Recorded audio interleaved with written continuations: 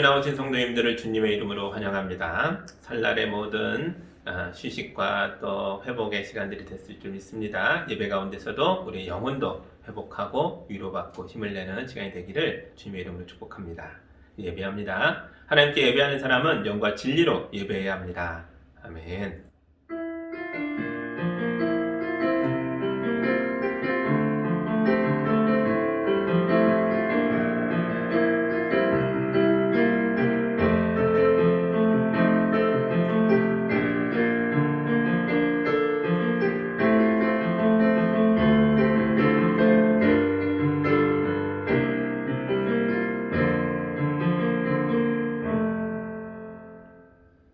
우리의 예배를 기쁘게 받으시는 하나님 아버지, 우리를 믿음 안에서 살게 하시고 오늘 다시 주님 앞으로 불러주시니 감사합니다. 우리가 주님께 드리는 찬송과 감사의 고백을 받아 주시옵소서. 또 우리에게는 하늘의 기쁨을 내려주셔서 이 기쁨을 가족과 이웃에게 나누어주는 사람들이 되게 하여 주시옵소서. 예수님 이름으로 기도합니다. 아멘. 찬송가 44장 함께 하겠습니다.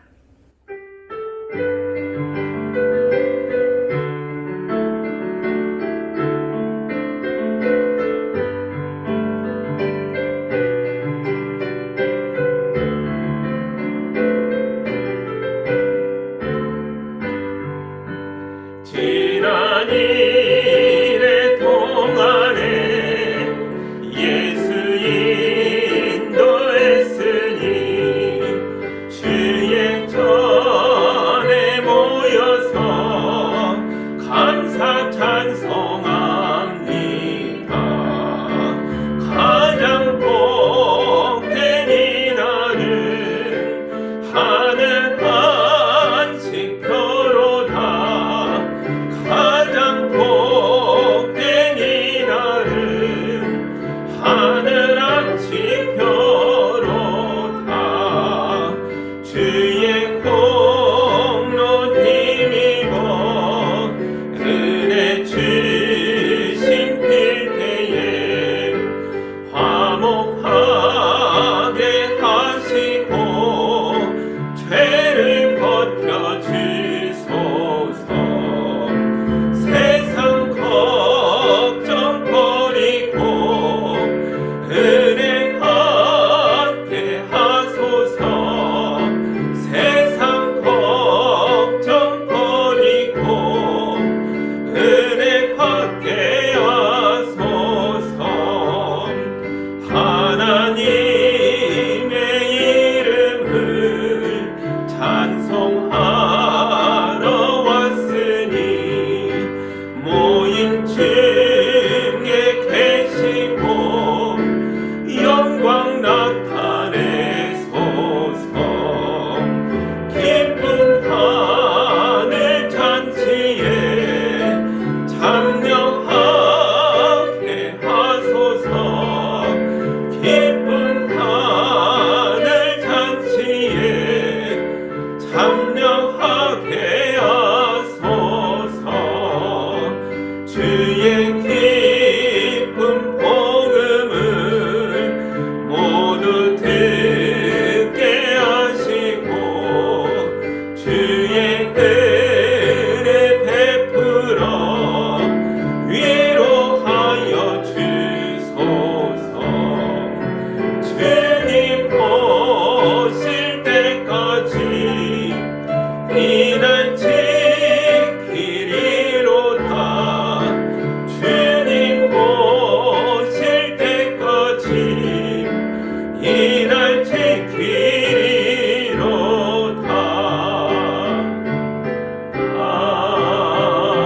아멘.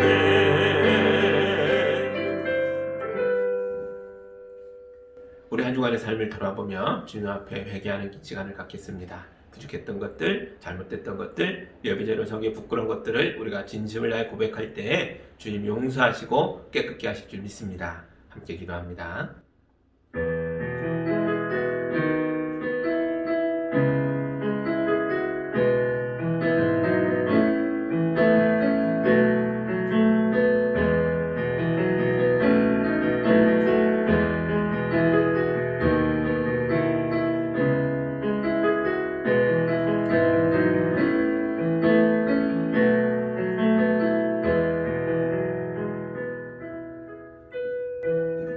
명절 끝날에 누구든지 목마르거든 내게 와서 마셔라 외쳤던 주님, 우리도 주님 앞에 와서 우리 마음의 고통을 내려놓고 용서받기를 구합니다. 우리가 자기 자신을 위로하는 일에만 급급해서 우리 부모님이 많이 늙으셨다는 것을 보지 못했습니다. 우리의 연약함을 숨기고 잘난 척하느라 내 형제와 자매들의 지치고 피곤한 얼굴을 못 본 척했습니다. 우리가 스스로 믿음이 있는 척하느라 하나님을 모르는 친척들을 무시했습니다. 오늘 주님이 주시는 물로 우리의 마음의 더러움을 씻어 주시옵소서. 주여, 우리가 회개하오니 우리의 모든 허물을 용서하여 주시옵소서. 예수님 이름으로 기도하옵나이다. 아멘. 이제 우리 주님의 용서와 치유와 화해의 말씀을 들으시기 바랍니다. 그리스도께서는 우리를 위하여 자기 몸을 내주셨던 것은 우리를 모든 불법에서 건져내시고 깨끗하게 하셔서 선한 일에 열심을 내는 백성으로 삼으시려는 것이니라. 아멘. 용서받은 자로서 예비자다움으로 신앙 고백을 함께합니다. 나는 전능하신 아버지 하나님 천지의 창조주를 믿습니다. 나는 그의 유일하신 아들 우리 주 예수 그리스도를 믿습니다. 그는 성령으로 잉태되어 동정녀 마리아에게서 나시고 본디오 빌라도에게 고난을 받아 십자가에 못 박혀 죽으시고 장사된 지 사흘 만에 죽은 자 가운데서 다시 살아나셨으며 하늘에 오르시어 전능하신 아버지 하나님 우편에 앉아 계시다가 거기로부터 살아있는 자와 죽은 자를 심판하러 오십니다. 나는 성령을 믿으며 거룩한 공교회와 성도의 교제와 죄를 용서받는 것과 몸의 부활과 영생을 믿습니다. 아멘. 이제 찬양 간사님의 찬양을 보며 우리도 함께 찬양하겠습니다.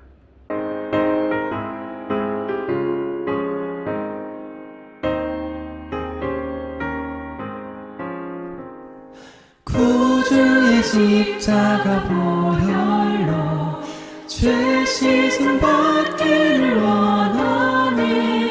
내 죄를 씻으신 주 이름 찬송합시다. 찬송합시다. 찬송합시다. 내 죄를 씻으신 주 이름 찬송합시다. 죄악을 속하여 주신 주 내 속에 들어와 계시네. 십자가 앞에서 주 이름 찬송합시다. 찬송합시다. 찬송합시다. 내 죄를 씻으신 주 이름 찬송합시다.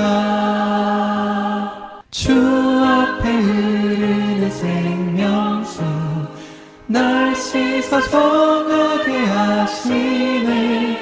내 기쁨 정성을 다하여 찬송합시다. 찬송합시다. 찬송합시다. 내 죄를 씻으신 주 이름 찬송합시다. 내 주께 회개한 영혼은 생명수 가운데 젖었네. 흠없고 순전한 주 이름 찬송합시다. 찬송합시다.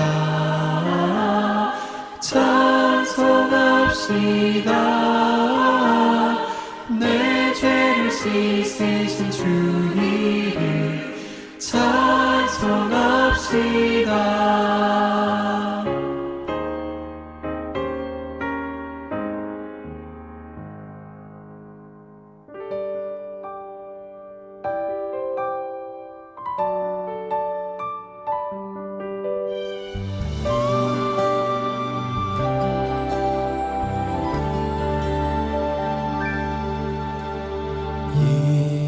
이곳에 생명샘 솟아나 눈물 골짜 지나갈 때에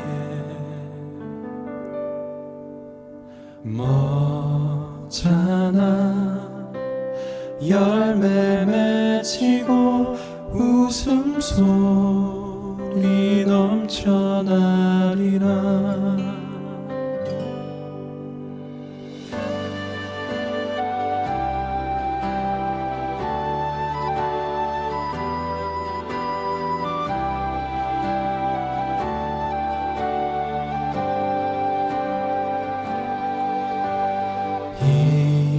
이곳에 생명샘 솟아나 눈물 골짜 지나갈 때에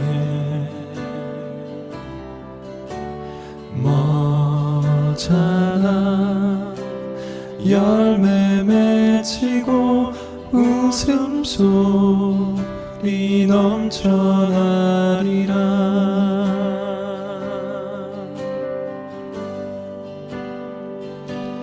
꽃들도 구름도 바람도 넓은 바다도 찬양하라 찬양하라 예수를. 하늘을 울리며 노래해 나의 영혼아. 은혜의 주 은혜의 주 은혜의 주.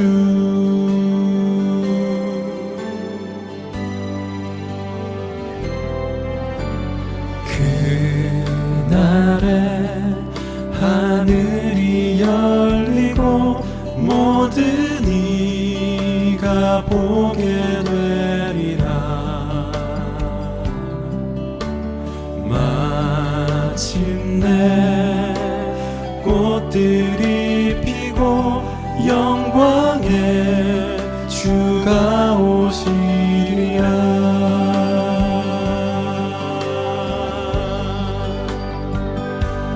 꽃들도 구름도 바람도 넓은 바다도 찬양하라 찬양하라 예수를. 하늘을 울리며 노래해 나의 영혼아. 은혜의 주 은혜의 주 은혜의 주.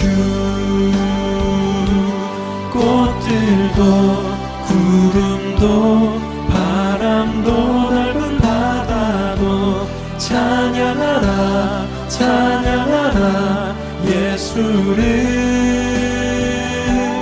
하늘을 울리며 노래해 나의 영혼아. 은혜의 주 은혜의 주 은혜의 주. 꽃들도 구름도 바람도 넓은 바다도 찬양하라 찬양하라 예수를. 하늘을 울리며 노래해 나의 영혼아. 은혜의 주 은혜의 주 은혜의 주. 꽃들도 구름도 바람도 넓은 바다도 찬양하라 찬양하라 예수를. 하늘을 울리며 노래해 나의 영혼아. 은혜의 주 은혜의 주 은혜의 주. 꽃들도 구름도 바람도 넓은 바다도 찬양하라 찬양하라 예수를. 하늘을 울리며 노래해 나의 영혼아. 은혜의 주 은혜의 주 은혜의 주. 은혜의 주 은혜의 주 은혜의 주.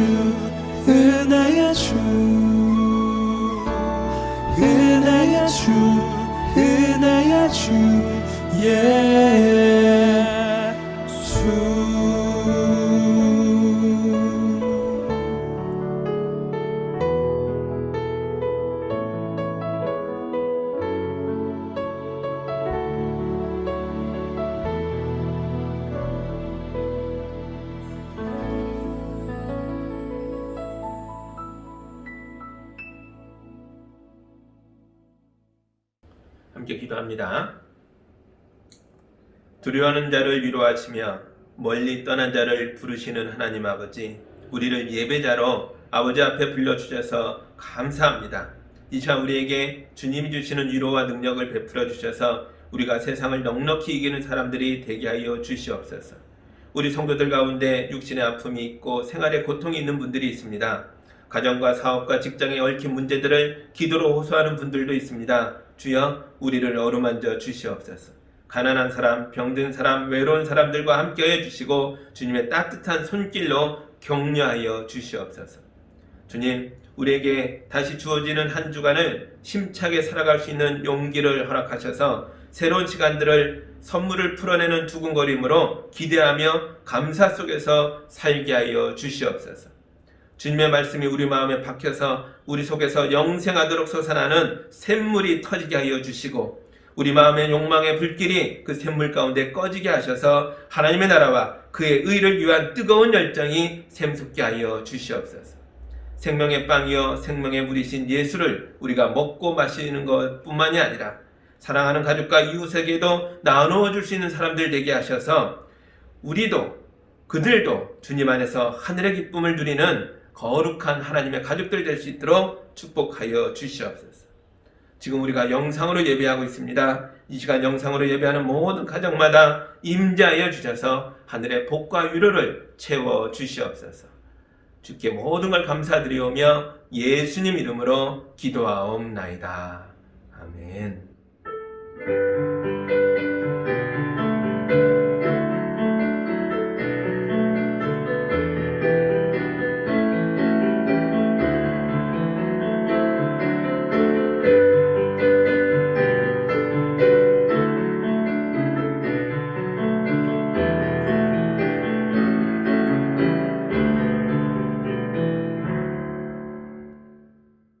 오늘 우리에게 주시는 하나님의 말씀은 요한복음 6장 60절에서 71절의 말씀입니다. 하나님의 말씀을 봉독할 때 여러분도 함께 보시기 바랍니다. 예수의 제자들 가운데서 여럿이 이 말씀을 듣고 말하기를 이 말씀이 이렇게 어려우니 누가 알아들을 수 있겠는가 하였다. 예수께서 제자들이 자기의 말을 두고 수군거리는 것을 아시고 그들에게 말씀하셨다. 이 말이 너희의 마음에 걸리느냐? 인자가 전에 있던 곳으로 올라가는 것을 보면 어떻게 하겠느냐? 생명을 주는 것은 영이다. 육은 아무데도 소용이 없다. 내가 너에게 한 이 말은 영이요 생명이다. 그러나 너희 가운데는 믿지 않는 사람들이 있다. 처음부터 예수께서는 믿지 않는 사람이 누구이며 자기를 넘겨줄 사람이 누구인지를 알고 계셨던 것이다. 예수께서 또 말씀하셨다. 그러므로 내가 너희에게 이르기를 아버지께서 허락하여 주신 사람이 아니고는 아무도 나에게로 올 수 없다고 말할 것이다. 이 때문에 제자 가운데서 많은 사람이 떠나갔고 더 이상 그와 함께 다니지 않았다. 예수께서 12제자에게 물으셨다. 너희까지도 떠나가려 하느냐? 시몬 베드로가 대답하였다. 주님, 우리가 누구에게로 가겠습니까? 선생님께는 영생의 말씀이 있습니다. 우리는 선생님이 하나님의 거룩한 분이심을 믿고 또 알았습니다. 예수께서 그들에게 대답하셨다. 내가 너희 12를 택하지 않았느냐? 그러나 너희 가운데서 하나는 악마이다. 이것은 시몬 가룟의 아들 유다를 가리켜서 하신 말씀인데 그는 12제자 가운데 한 사람으로 예수를 넘겨줄 사람이었다. 아멘. 잠깐 기도합니다. 하나님 감사합니다. 주님이 생명의 빵이 되어 주셔서 이 말씀에 많은 사람들이 감격했습니다. 그러나 또한 이 말씀에 걸려 떠나가는 사람들도 많았습니다. 주님, 우리도 주의 말씀을 들을 때에 이 말씀이 우리 안에 들어와 아멘으로 받아 영생의 삶으로 나갈 수 있도록 인도하여 주옵소서. 예수님 이름으로 기도합니다. 아멘. 지난주 말씀을 잠깐 되짚어 볼게요. 무리가 오병이어의 기적이 일어났던 광야에서 예수님을 기다렸지만 그들은 예수님을 만날 수 없었죠. 왜냐하면 그 시간에 예수님은 폭풍 치는 바다에서 침몰해 가던 제자들을 구조하고 계셨거든요. 무리가 가버나움으로 돌아왔다가 그곳에서 예수님을 발견하고 너무 기뻐서 외치죠. 선생님, 언제 여기 오셨습니까? 그러나 예수님은 이 사람들이 자기를 원하는 이유가 무엇인지를 꿰뚫어 보셨죠. 그리고 이렇게 말씀하셨어요. 너희가 나를 찾는 이유는 썩어 없어질 빵 때문이구나. 제발 영생의 빵을 위해 일하는 사람들이 되길 바란다. 그러자 사람들이 말합니다. 선생님, 그 영생의 빵도 우리에게 먹여주십시오. 정말 똑똑한 사람들이죠. 썩어 없어질 빵도 먹고 영생의 빵도 먹고 싶다 라고 이야기를 합니다. 둘 다 먹으면 되지 않습니까? 라는 건 나름대로의 생각인 것 같아요. 그런데 그때 예수님이 아주 이상한 말씀을 하셨죠. 35절, 지난주 마지막 본문이었죠. 다시 봅니다. 예수께서 그들에게 말씀하셨다. 내가 생명의 빵이다. 내게로 오는 사람은 결코 줄이지 않을 것이요 나를 믿는 사람은 다시는 목마르지 않을 것이다. 아멘. 여기까지 지난주에 봤어요. 오늘은 그 뒷이야기를 보게 될 텐데요. 내가 생명의 빵이다. 나를 먹어라. 이 놀라운 말씀에 사람들이 얼어붙었다는 거죠. 왜냐하면 이들이 원했던 빵은 이런 게 아니었거든요. 이 사람들은 지금 당장 먹고 배부를 빵을 원했죠. 그런데 예수님은 자기를 보여주며 나를 먹으라 말씀하시니 이 얼마나 황당한 말씀입니까? 이 말씀을 놓고 자기들끼리 말다툼이 벌어집니다. 52절 볼게요. 그러자 유대 사람들은 서로 논란을 하면서 말하였다. 이 사람이 어떻게 우리에게 자기 살을 먹으라고 줄 수 있을까? 사람들이 논란을 벌였다는 것은 서로 말다툼을 했다는 뜻입니다. 아마도 한쪽은 예수님 편을 들었을 거고 또 다른 쪽은 예수님을 비웃었을 텐데요. 52절은 예수님을 비웃던 사람들이 했던 말이에요. 이 사람이 어떻게 우리에게 자기 살을 먹으라고 준단 말인가? 이게 왜 비웃는 말이냐면 사실 이 사람들도 예수님이 설마 나를 잡아먹으라 이렇게 말한 건 아니라는 걸 알고 있거든요. 이걸 몰라서 이러는 게 아니에요. 일부러 예수님의 말꼬리를 잡아서 트집을 잡는 그런 내용이라는 거죠. 더구나 예수님을 이 사람이라고 불렀잖아요. 헬라어를 연구하는 학자들에 의하면 이 표현은 우리말에 이놈 저놈 하는 것처럼 누군가를 멸시하고 낮추어 부를 때에 쓰는 단어였다는 거죠. 이런 거예요. 우리말로 쉽게 얘기하면 이놈이 어떻게 자기 살을 잘라줄 거냐 이런 말이죠. 그런데 예수님의 빵이 진짜 빵은 아니잖아요. 내가 생명의 빵이다. 나를 먹어라. 이 말씀의 속뜻이 무엇이었겠어요? 35절을 다시 한번 집중해서 보겠습니다. 예수께서 그들에게 말씀하셨다. 내가 생명의 빵이다. 내게로 오는 사람은 결코 줄이지 않을 것이요 나를 믿는 사람은 다시는 목마르지 않을 것이다. 아멘. 내가 생명의 빵이다. 나를 먹어라. 이게 무슨 뜻이라고요? 나에게 오라는 거고 나를 믿으라는 뜻이었다고요. 사실 사람들은 이 말씀을 충분히 알아들었어요. 그런데 왜 아무것도 모르는 사람처럼 자기 살을 먹여주려는 거냐? 이렇게 비웃습니까? 이 비웃음의 진짜 이유가 뭐예요? 이건 예수의 가르침을 거절한다는 뜻이에요.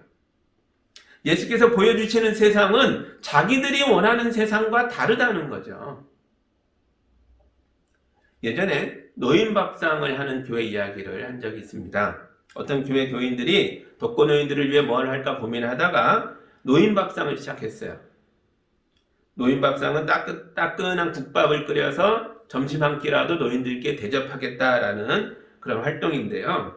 요즘 시대에 밥을 굶는 노인이 있을까 싶지만 놀랍게도 매주 노인밥상에 70명 가까운 노인들이 오신대요. 이 교회가 한 20명도 채 안 되는 작은 교회거든요. 이런 작은 교회가 국밥을 끓여서 매주 70명의 어르신들을 대접하고 있는 거예요. 그런데 최근에 이 노인밥상 관련해서 하나의 소식을 새로 들었는데요. 이 동네의 지역 활동가 중에 한 분이 교회가 하는 노인밥상에 대해서 비난을 하고 무슨 비리가 있는 것처럼 나쁜 소문을 내고 심지어 이 목사님과 이 관계자들에게 심한 욕도 한다는 거예요. 작은 교회 교인들이 자기 살을 깎아서 노인들을 대접했는데 외부인 보기에는 뭔가 피리가 있는 것처럼 보였다는 거죠. 아마 그렇게 생각한 것 같아요. 어디서 큰 후원금이 들어오나? 그걸 영수증 처리를 하고 쓰는 건가? 그리고 노인 활동만이 아니라 이 지역 활동가니까 지역을 위해 이런저런 사업도 있는데 교회가 그 돈은 안 주나? 뭐 이런 게 다툼의 원인이 됐던 것 같아요.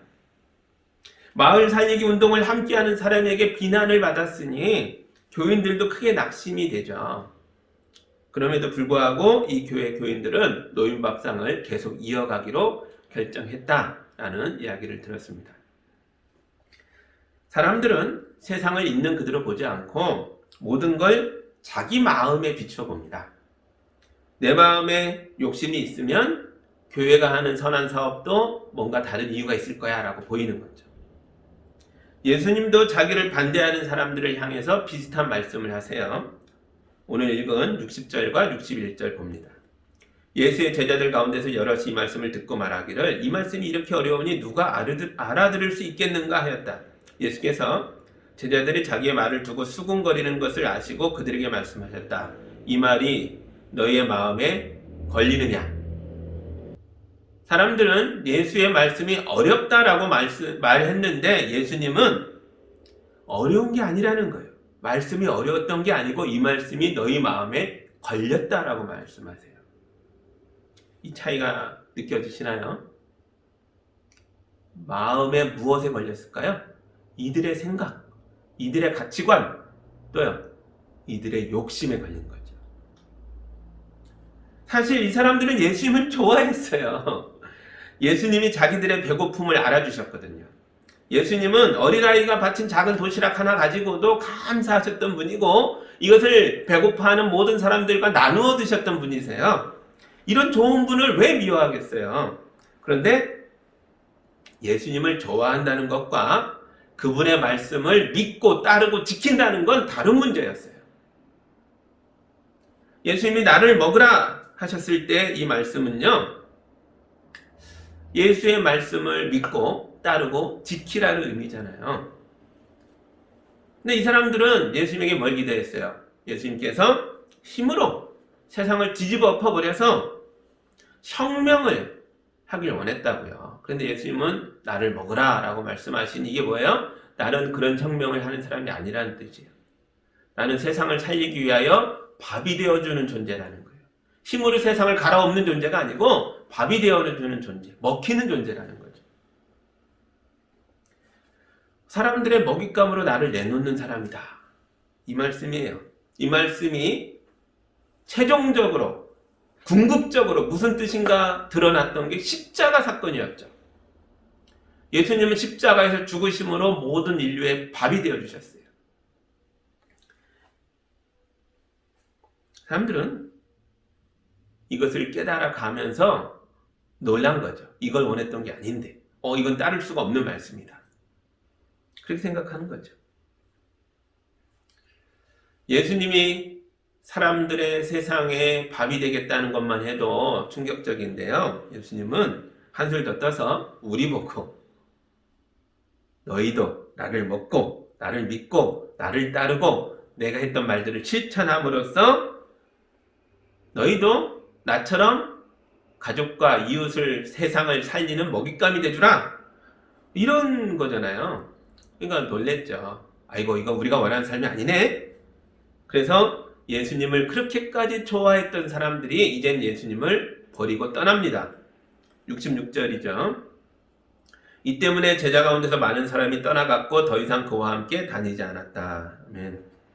요한은 이 장면을 아주 충격적인 사건으로 기억하고 있어요. 왜냐하면 예수님의 사역이 이때부터 근본적으로 달라질 수밖에 없었거든요. 이제 이날부터 예수님은 인기가 없는 사람이 됐어요. 예수님 보고 싶어서 광야를 헤매고 가버나움으로 찾아다니고 이런 사람들이 다 떠났잖아요. 앞으로 전개되는 이야기들을 보면 예수님은 계속 비난을 받게 될 것이고 미움을 받다가 마침내 십자가에서 죽게 됩니다. 그러니까 이 장면이 예수님 사역의 분수령이었어요. 전반기와 후반기를 갈라내는 아주 중요한 사건이었다고요. 내가 생명의 빵이다! 이 선언으로부터 근본적으로 달라지고 있어요. 66절을 조금 더 자세히 보세요. 많은 사람이 예수님을 떠났다라고 했는데 그 사람들이 누구냐? 제자들이라고 나와요. 제자 가운데 많은 사람들이. 제자들이 떠났다는 거예요. 그러니까 제자들이 모여 만든 예수 공동체 자체가 쪼그라드는 거죠.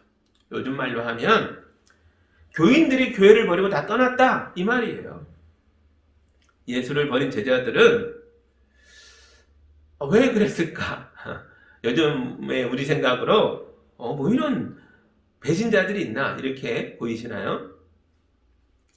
그렇지 않습니다. 우리 모두에게도 이럴 가능성이 있다는 거죠.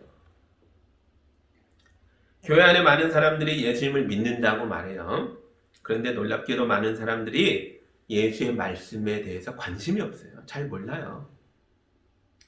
예수님을 믿는다는 건 예수님의 말씀을 먹는 거예요. 그 말씀을 깨닫는 거예요. 그리고 그 말씀을 따르고 실천하는 겁니다. 그런데 교인들이 예수의 말씀에 대해서 관심이 없다면 어쩌면 그 사람은 예수님을 믿는 사람이 아닐 수 있어요. 어떤 사람은 말씀을 알긴 알지만 그 말씀을 실천하진 않고 있다면 그 사람도 어쩌면 예수님을 믿는 사람이 아닐 수 있어요. 결정적인 순간이 오면 언제든 떠날 수 있는 가능성을 가지고 있습니다. 이건 아주 심각한 얘기예요. 여러분, 자기 자신을 돌아보셔야 됩니다. 저도 물론 마찬가지입니다. 진짜로 우리는 생명의 빵인 예수님을 먹은 사람들이 맞습니까?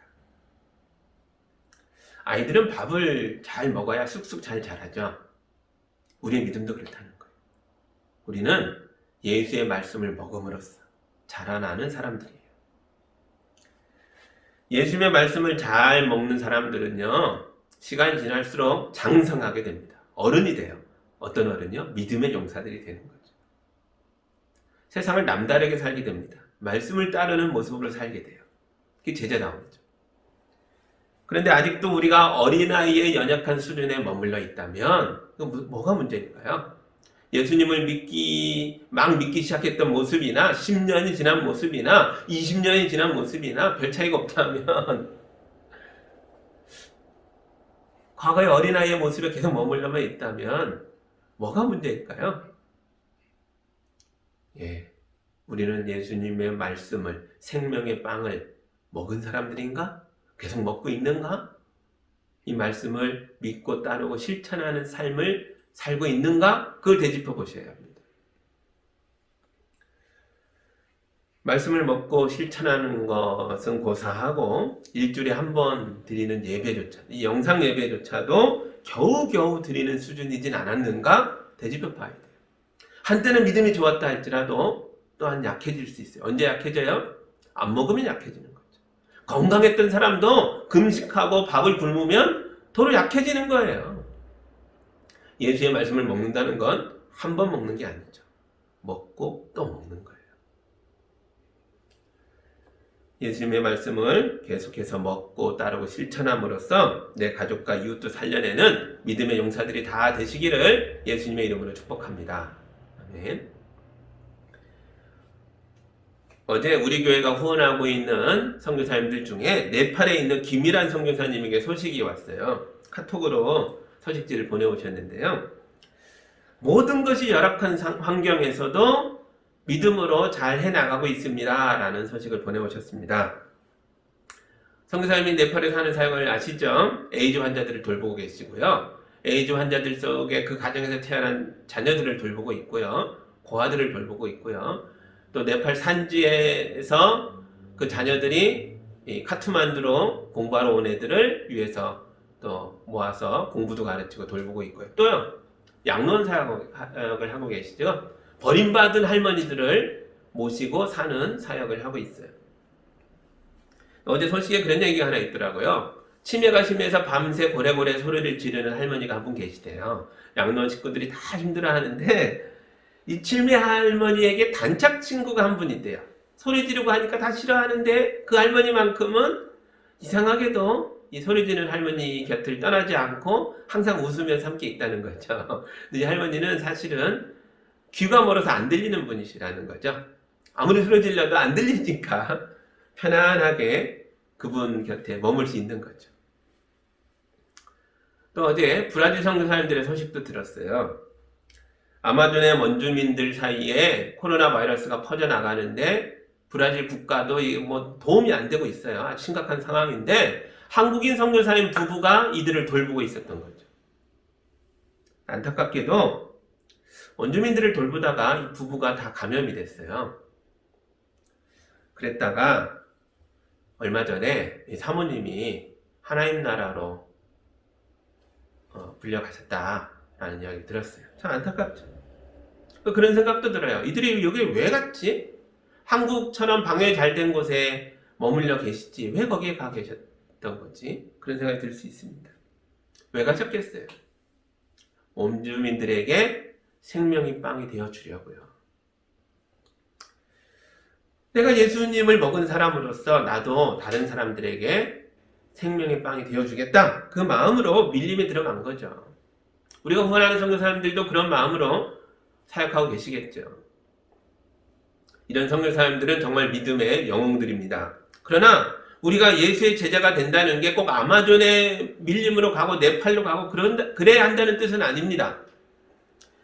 우리는 지금 여기서 누군가를 살리기 위해서 그를 위한 생명의 빵이 되어준다면 그것도 제자다운 모습이에요. 지금 나에게 가장 가까이 있는 사람들이 누구죠? 지금 당장 그분들에게 예수의 말씀을 실천함으로 생명의 빵이 되어준다면 그럼 우리도 예수의 제자들인 줄 믿습니다. 남편들은 아내에게 남편 노릇을 하려고 하지 말고요. 아내를 살리는 생명의 빵이 되어주셔야 됩니다. 엄마들은 자식에게 엄마 노릇을 하는 게 아니라 예수의 이름으로 자식을 살려내는 생명의 빵이 되어주는 거죠. 선생님들은 학생들에게 선생 노릇하는 게 아니에요. 학생을 살리는 생명의 빵이 되어야 합니다. 목사님 저도 마찬가지죠. 교인들에게 목사 노릇을 하는 게 아니죠. 목사는 교인들을 살리는 생명의 빵이 되어야 하는 줄 믿습니다. 교회도요. 교회는 세상을 살리는 세상을 위한 생명의 빵이 되어줘야 합니다. 혹시 우리 교회가 너무 편한가요? 어쩌면 우리가 예수님처럼 살라는 요구에 응답하지 않기 때문에 편한 것일 수 있어요. 수리의 작은 교회는 사람들의 오해와 비난에도 무릅쓰고 노인밥상 활동을 이어가죠. 왜냐하면 이 교회 교인들이 예수의 말씀을 먹은 사람들이기 때문에 그렇다고 저는 생각해요. 우리 교회도 예수님을 먹고 영적으로 건강한 어른들이 되어 우리의 가정과 이웃과 세상을 섬기는 교회가 되어야 할 줄 믿습니다. 생명의 빵은 인기가 없어요.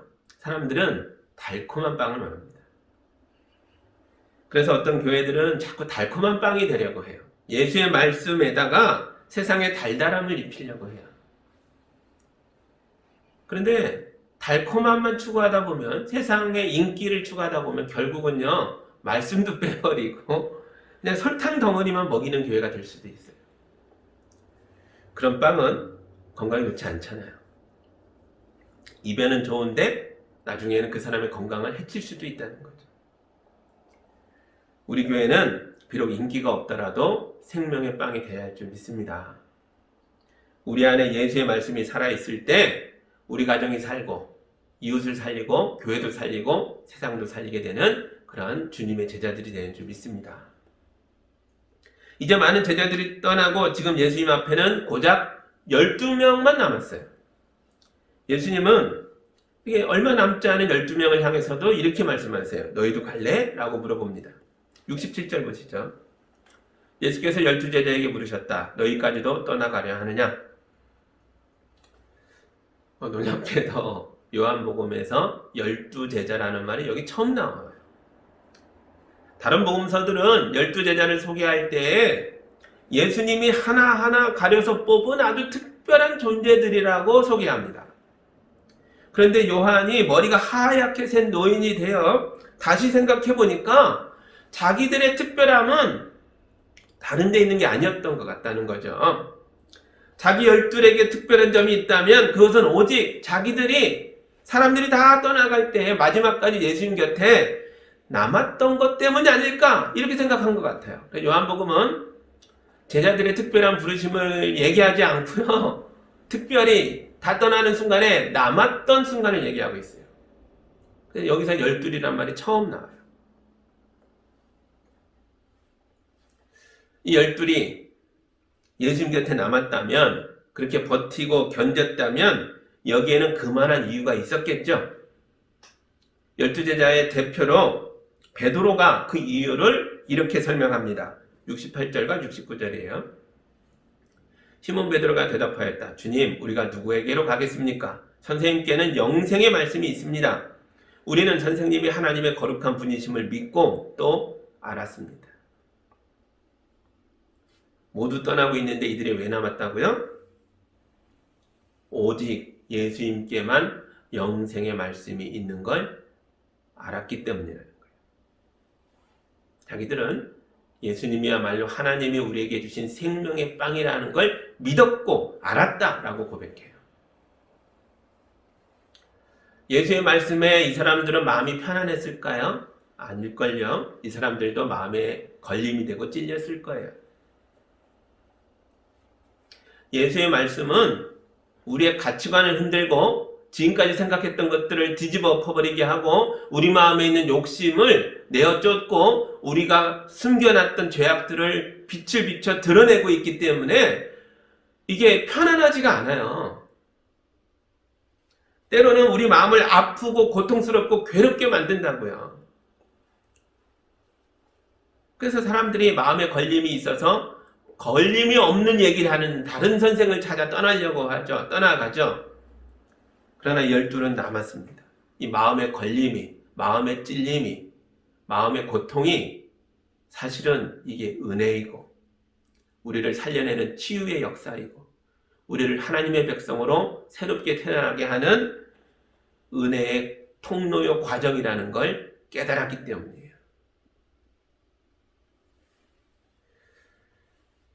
그런데요, 이 깨달음은 한 번으로 끝나는 게 아니에요. 왜냐하면 끝까지 남았던, 그래서 이 엄청난 신앙 고백을 함께 나누었던 12 가운데서도 배신자가 또 나오거든요. 70절과 71절입니다.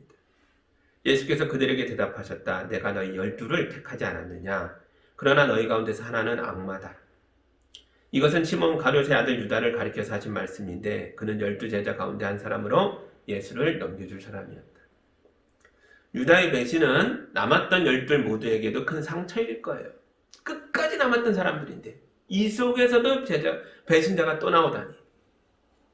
근데 요한은 나중에 천천히 이 장면을 곱씹어 보면서 사실 예수님은 유다의 배신을 미리 알았구나 라는 걸 깨닫습니다. 그런데 요한이 예수님이 이걸 미리 알았는데도 왜 그를 12 속에 끝까지 데리고 남기고 함께 했을까? 그 이유에 대해서는 설명하지 않고 있어요. 어쩌면 그 이유를 잘 몰랐기 때문일 수도 있겠죠. 그런데 요한복음 계속 읽어가다 보면 우리 스스로 그 이유를 발견할 수 있습니다. 12 중에 예수를 배신한 자들이 유다만이 아니었다라는 걸 요한복음 후반부에서 말해주거든요. 언제요? 예수님이 십자가에 달려 죽을 때 12 모두 도망갑니다. 유다는 팔았고 나머지 제자들은 도망가죠. 베드로는요, 예수님을 부인합니다. 욕합니다. 이게 요한복음의 후반부였어요. 요한복음의 마지막 장 내용이 뭐예요? 부활하신 예수님이 자기를 버리고 도망간 베드로를 찾아가서 그를 용서하고 회복시키는 내용이죠.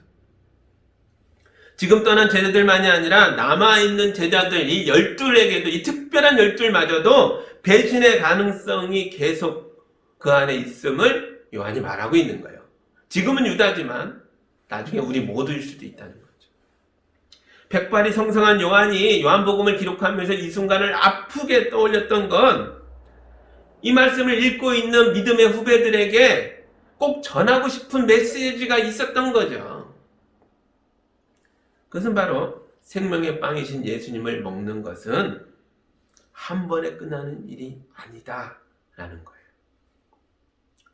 우리는 생명의 빵 예수님을 계속해서 먹어야 돼요. 말씀드렸던 것처럼 아이들이 밥을 잘 먹음으로 성장하듯이 우리도 예수님을 한 번 먹고 끝내는 것이 아니라 또 먹고 또 먹고 또 먹으면서 계속해서 성장해 가야 한다는 거죠. 멈추면 안 됩니다. 영생의 말씀 가운데 계속 머물러야 합니다. 이건요, 거꾸로 보면 때로는 배신도 하고 떠나버릴 수 있는 그런 우리에게 희망을 선포하는 말씀이기도 해요. 유다만이 아니라 나머지 12도 다 배신했던 사람들이라는 거죠.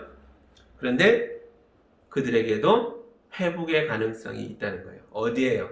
영생의 말씀이 여기 있으니 생명의 빵이신 예수님이기에 우리는 어디로 가겠습니까? 주님 앞에 다시 왔습니다. 그게 회복의 가능성이에요. 이제 이번 주 수요일부터 사순절이 시작됩니다. 예수님의 십자가의 고난을 묵상하는 40일이 시작돼요. 이 기간을 어떻게 보내시겠습니까? 예수님의 말씀을 먹으시기 바랍니다. 그리고 이 말씀을 실천하세요. 누굴 향해서요? 가장 가까이 있는 내 아내를 위해, 남편을 위해, 자녀를 위해, 부모를 위해, 형제를 위해, 자매를 위해, 학생을 위해, 이웃을 위해, 교회를 위해, 교인을 위해. 사순절을 그렇게 보내시기 바랍니다. 말씀을 먹고, 말씀을 따르고, 말씀을 실천하는 시간으로 보내시기 바라요. 서로에게 생명의 빵이 되어주세요. 영생의 말씀이 여러분의 가정과 삶의 자리에 함께하기를 주님의 이름으로 축복합니다. 아멘. 함께 기도합니다. 하나님 감사합니다. 내가 생명의 빵이다. 나를 먹으라. 주님의 말씀을 우리가 들었습니다. 모두 떠날 때 12제자는 끝까지 남아 영생의 말씀이 있기에 우리가 어떤 다른 선생에게 가겠습니까? 예수님이야말로 하나님이 보내신 자임을 우리가 믿었고 알았습니다. 고백했습니다. 주님 고백이 우리의 고백이 되게 하여 주옵소서. 이번 사순절 기간을 보내며 주님의 말씀을 먹겠습니다. 따르겠습니다. 실천하겠습니다. 우리도 믿음의 성장한 자들이 되어 우리 가족과 이웃에게 생명을 나누는 자들을 예수님의 제자다운 모습을 가지고 살아가는 자들 될 수 있도록 인도하여 주옵소서. 예수님 이름으로 기도하옵나이다. 아멘.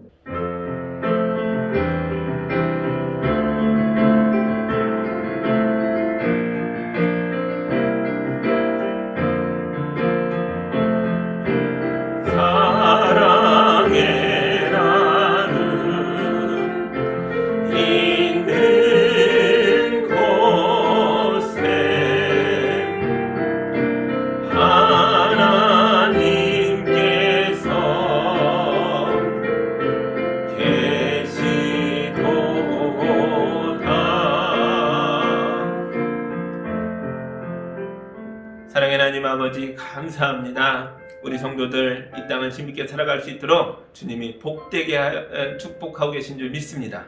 우리 성도들 하는 일마다 풍성한 열매를 거둘 수 있도록 인도하여 주시옵소서. 부지런 심고 가꾸는 것들이 주님께 영광이 되고 우리 가족에겐 생명이 되고 이웃에게는 함께 나눌 수 있는 은혜가 될 수 있도록 도와주시옵소서. 거룩한 예물 주님께 올려드렸습니다. 귀한 예물을 통해서 주의 영광 받으시고 주님의 몸된 교회가 든든히 서게 해주시고 고통받는 이웃들의 눈물을 닦아주는 하나님의 손길로 나타날 수 있도록 도와주시옵소서. 모든 걸 주께 감사드리오며 예수님 이름으로 기도하옵나이다. 아멘.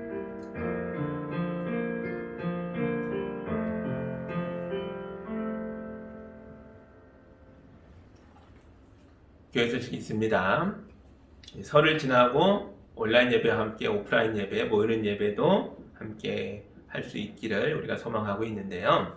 다음 주 예배 때 우리가 모이는 예배도 할 수 있을지를 주중에 조금 더 살펴보고 또 장로님들과 의논해서 여러분에게 여러 방식으로 알려드리겠습니다. 하나님께서 모여있는 예배도 허락해 주기를 우리가 함께 기도하고 소망할 때 역사하시고 도와주실 줄 믿습니다. 가정에서도 안전하게 시간들을 보내시고 이웃을 돌보는 마음으로, 서로를 위하는 마음으로, 또한 기도하는 마음으로 귀한 시간들을 잘 보내시기 바랍니다. 감사합니다. 이제 충만 별단의 찬양 함께 부르고 세상으로 힘차게 나아가겠습니다.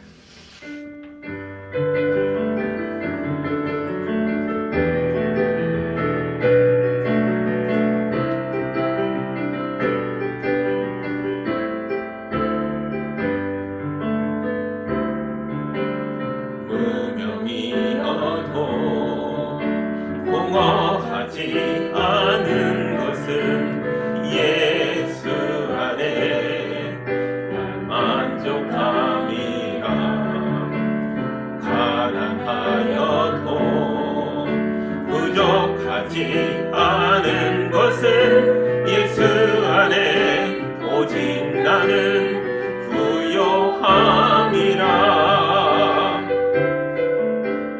고난 중에도 견뎌낼 수 있는 것은 주의 계획 믿기 때문이라. 실패하여도 일어설 수 있는 것은 예수 안에 오직 나는 승리함이라. 난 예수로 충만하네. 난 예수로 충만하네. 난 예수로 충만하네. 영원한 왕 내 안에 살아 계시네. 내 몸이 약해도 낙심하지 않는 것은 예수 안에 난 완전함이라. 화려한 세상 부럽지 않는 것은 난 예수로 충만함이라. 난 예수로 충만하네. 세상 모든 것들도 부럽지 않네. 난 예수로 충만하네.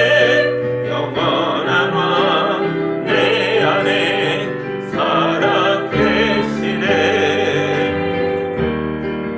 난 예수로 충만하네. 세상 모든 풍파도 두렵지 않네. 난 예수로 충만하네. 영원한 왕 내 안에 살아 계시네. 영원한 왕 내 안에 살아 계시네.